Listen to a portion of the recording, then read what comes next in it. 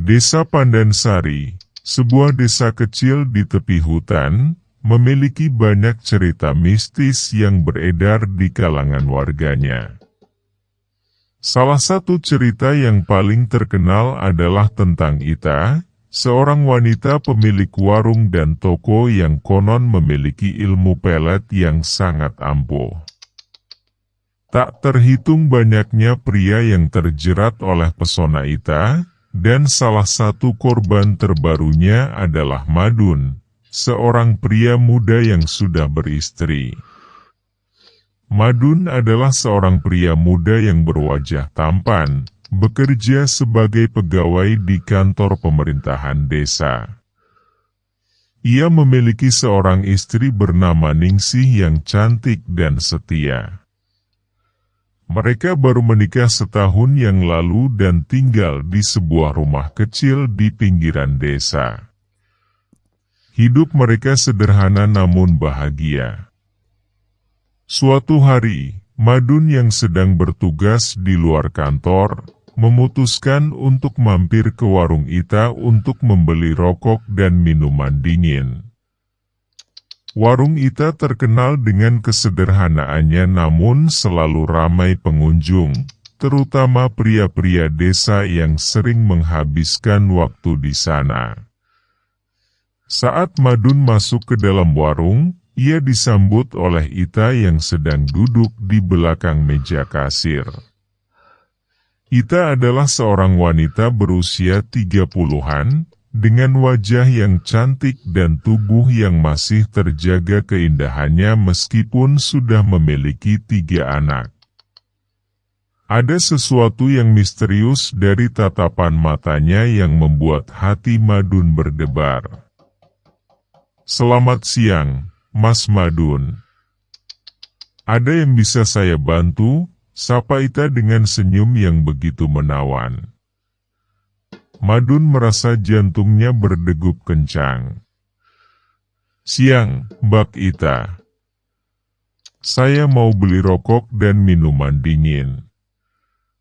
Ita dengan cekatan mengambil rokok dan minuman yang dipesan Madun. Saat menyerahkan barang-barang tersebut, jari mereka sempat bersentuhan, dan Madun merasakan getaran aneh yang membuatnya terkesima. Sejak pertemuan pertama itu, Madun mulai sering mampir ke warung Ita. Awalnya hanya untuk membeli kebutuhan sehari-hari, namun lama-kelamaan ia semakin sering datang hanya untuk sekadar berbincang dengan Ita. Desas-desus mengenai Ita yang memiliki ilmu pelet sebenarnya sudah lama beredar di desa.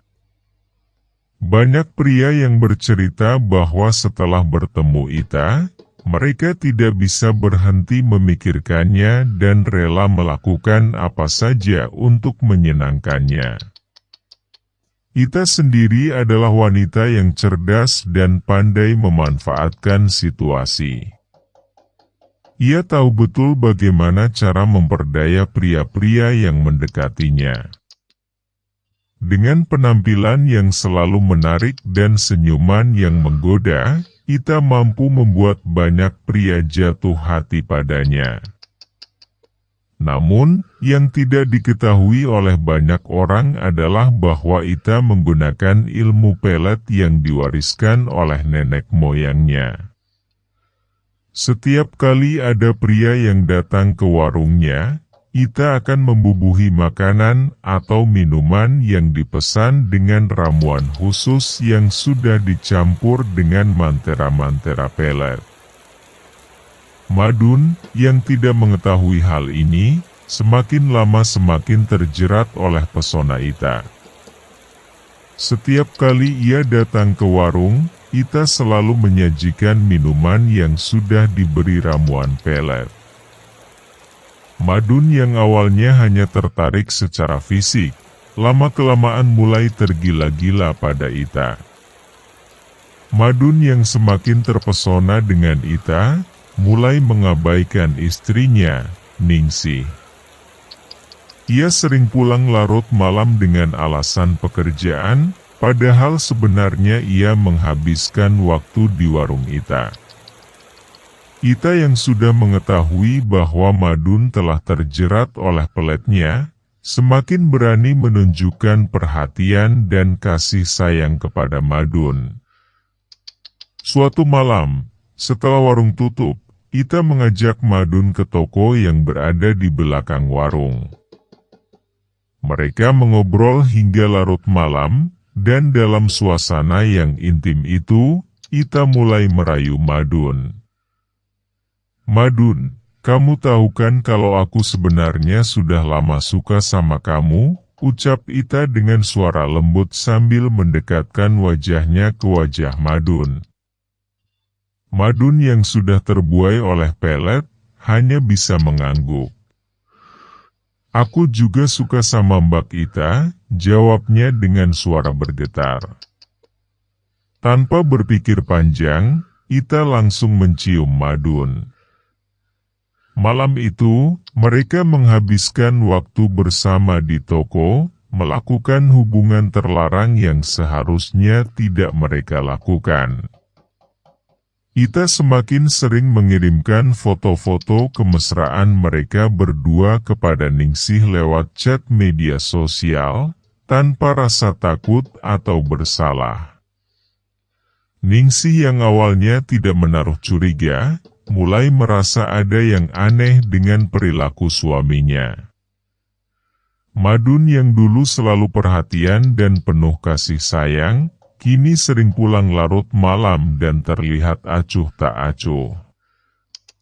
Ningsih mencoba bertanya namun Madun selalu menjawab dengan alasan pekerjaan. Suatu hari, saat Ningsih sedang memeriksa ponsel Madun yang tertinggal di rumah, ia menemukan chat dari Ita yang berisi foto-foto mesra antara Madun dan Ita. Hati Ningsih hancur berkeping-keping melihat suaminya berselingkuh dengan wanita lain.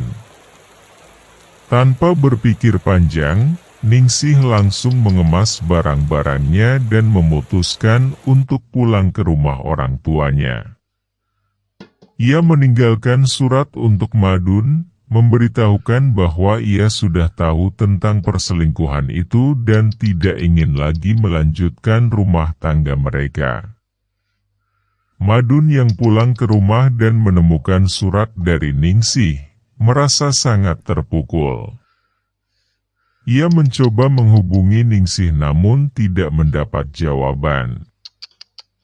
Dalam kebingungan dan rasa bersalah, Madun pergi ke warung Ita untuk mencari pelarian.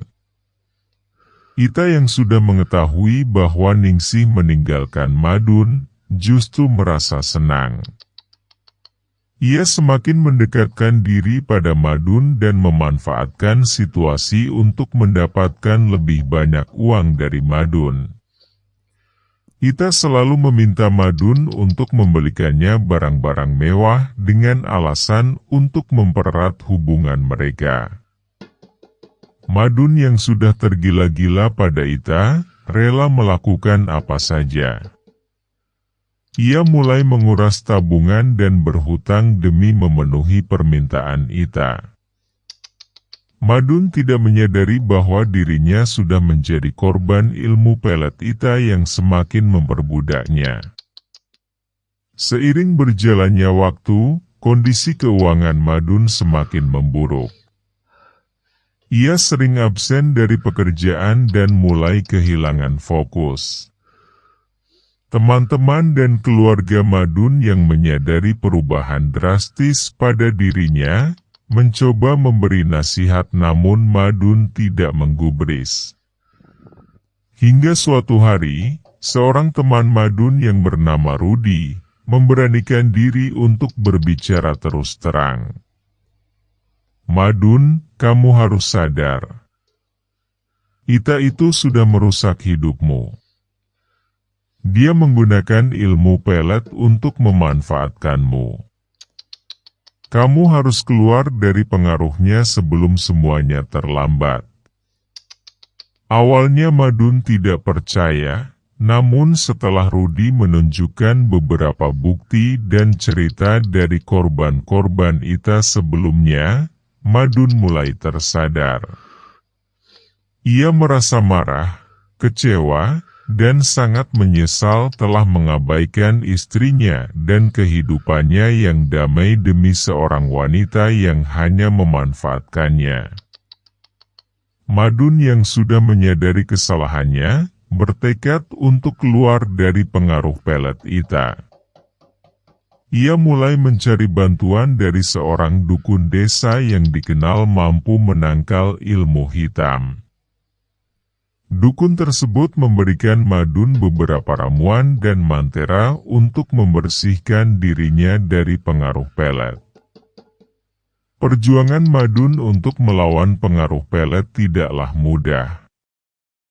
Ia sering merasa tergoda untuk kembali ke Ita, namun dengan tekad yang kuat dan dukungan dari teman-temannya, Madun berhasil melewati masa-masa sulit tersebut. Setelah berhasil melepaskan diri dari pengaruh pelet Ita, Madun merasa lega. Ia mencoba menghubungi Ningsih dan meminta maaf atas semua kesalahan yang telah ia perbuat. Ningsih yang awalnya masih marah dan kecewa, akhirnya bersedia memberi Madun kesempatan kedua setelah melihat kesungguhan dan penyesalan yang mendalam dari suaminya. Mereka memulai kehidupan baru dengan tekad untuk tidak mengulangi kesalahan yang sama. Madun kembali fokus pada pekerjaannya dan memperbaiki hubungan dengan keluarganya. Meskipun tidak mudah, perlahan namun pasti, kehidupan Madun dan Ningsih kembali normal. Sementara itu, Ita yang merasa kehilangan Madun, mencoba mencari korban baru untuk dijerat dengan peletnya. Namun, desas-desus mengenai ilmu pelet Ita semakin menyebar di desa, membuat banyak pria menjadi waspada dan menjaga jarak darinya. Cerita tentang Ita dan ilmu peletnya menjadi pelajaran berharga bagi warga desa Pandansari. Mereka menyadari bahwa pesona dan daya tarik seseorang tidak selalu alami, dan bahwa ada bahaya tersembunyi di balik penampilan yang memikat. Madun yang telah kembali ke kehidupan normalnya, merasa bersyukur telah berhasil melewati masa kelam dalam hidupnya dan bertekad untuk tidak lagi terjerat oleh godaan yang dapat merusak rumah tangganya. Kehidupan di desa Pandansari pun kembali tenang, meskipun cerita mistis tentang Ita dan ilmu peletnya akan selalu menjadi bagian dari folklore yang diwariskan dari generasi ke generasi. Sekian dan terima kasih Tenda Horores. Sampai jumpa lagi di Tenda Horor episode selanjutnya. Jangan lupa like, comment, dan subscribe channel Bang Cepar 7.